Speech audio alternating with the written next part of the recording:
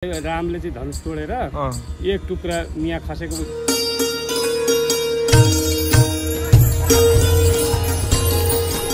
मेरो न्यू ब्लगमा यहाँलाई हार्दिक स्वागत छ। आज हामी जानेछौँ धनुषाधाम।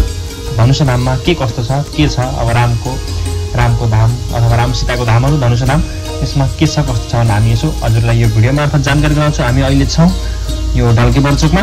ढल्के बर्चोकमा चाहिँ हामी यो गेटदेखि अगाडिपट्टि जाँदैछौँ। गेटदेखि अगाडि हामी लगभग 9 किलोमिटर हामी पर गएपछि हामी धनुषाधाम आउँछौँ। त्यो धनुषाधाममा हजुरहरूलाई भिडियो हेर्दै जानुहोस् कस्तो छ है त।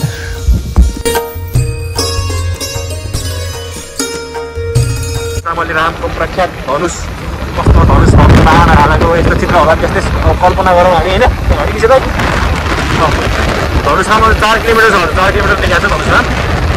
अब के हुन्छ कस्तो छ हेर्नु। पहिलोचोटि हो, म पनि पहिलोचोटि आएको। हामी पहिलोचोटि आएको कस्तो छ हेर्नु है त। अब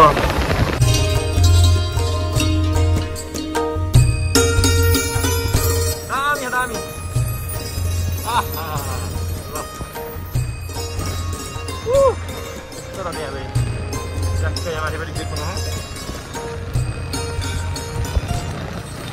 अझै अब धेरै नजिक आइसकेका छौँ। त्यही भएर हामी अलिअलि चहलपहल बढी छ यतातिर।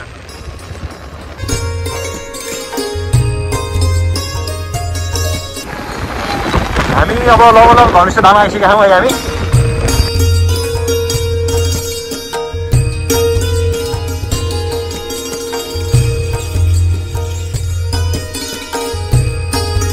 राम मन्दिर धनुषाधाम ल यता जान्छौँ है हामी सिधा। राम मन्दिर जाने बाटो।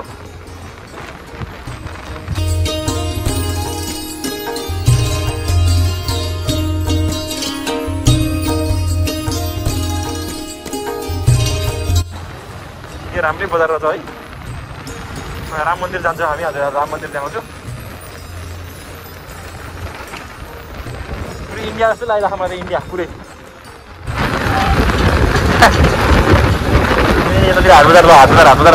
रहा नहीं जाता, तड़प ही ऐसी है ना। हामी अब अहिले धनुषाधाममा आइसक्यौँ।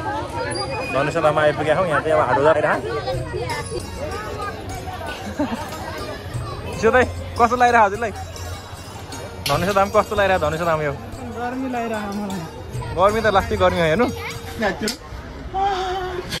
धनुषाधाम इस यो हाट बजार हो। अब धनुषाधामको मन्दिर देखाउने बाँकी छ हजुरलाई।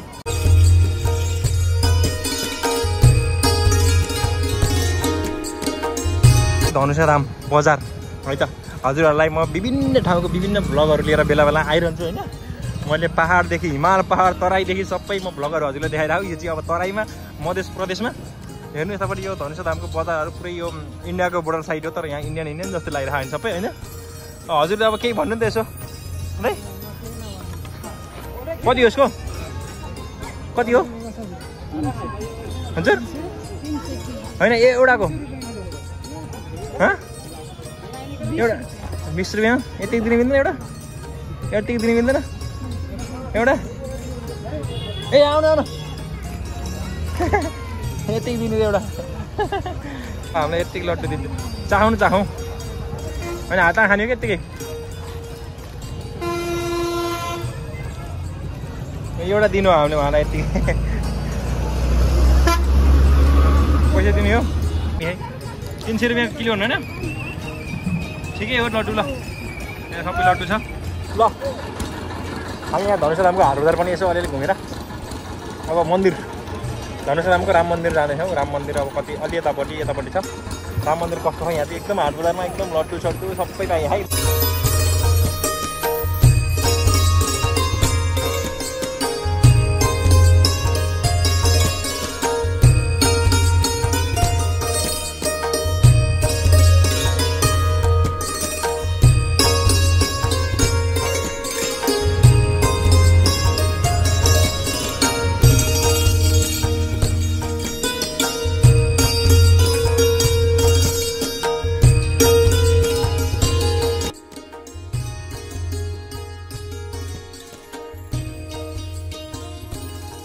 धनुषाधामको यो राम मन्दिर यहाँभित्र हजुर हामी भित्र आइसकेका छौँ। त्यहाँ चाहिँ हजुर अलिअलि देखाएँ मैले त्यता। अब हेर्नु होला कस्तो छ। यहाँ चाहिँ हामीले अब धनुषाधामको राम जानकी मन्दिर राम जानकी मन्दिर एउटा यो जानकी मन्दिर चाहिँ होइन, तर मेन चाहिँ यहाँ यस्तो धनुषा मन्दिर यतापट्टि धनुषा धामको मात्रै हो, यो जनकपुरको चाहिँ होइन, धनुषा धामको मात्रै सीतारामको मन्दिर, राम मन्दिर यहाँ छ।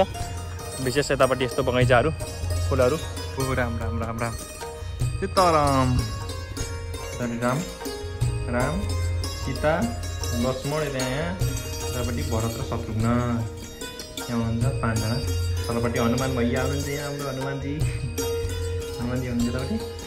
यहाँ राम मन्दिर, हामी यस्तो राम मन्दिरमा आइपुगेँ हौ। धनुषा धामको यहाँ विशेष थोरै के छ हाम्रो, यहाँ चाहिँ रामले चाहिँ धनुष तोडेर एक टुक्रा यहाँ खसेको धनुष तोडेर मन्दिर मानिन्छ यो धनुषा। हजुर हजुर, त्यसैले यसको धनुषा धाम भनेको उपरको भाग चाहिँ रामेश्वरम तमिलनाडुमा खसेको छ, अनि निचेवाला भाग चाहिँ जानकी मन्दिरको अगाडि सागरमा खसेको छ, यो बिचको भाग बिचको भाग यहाँ खसेको होइन। विशेष यति हो।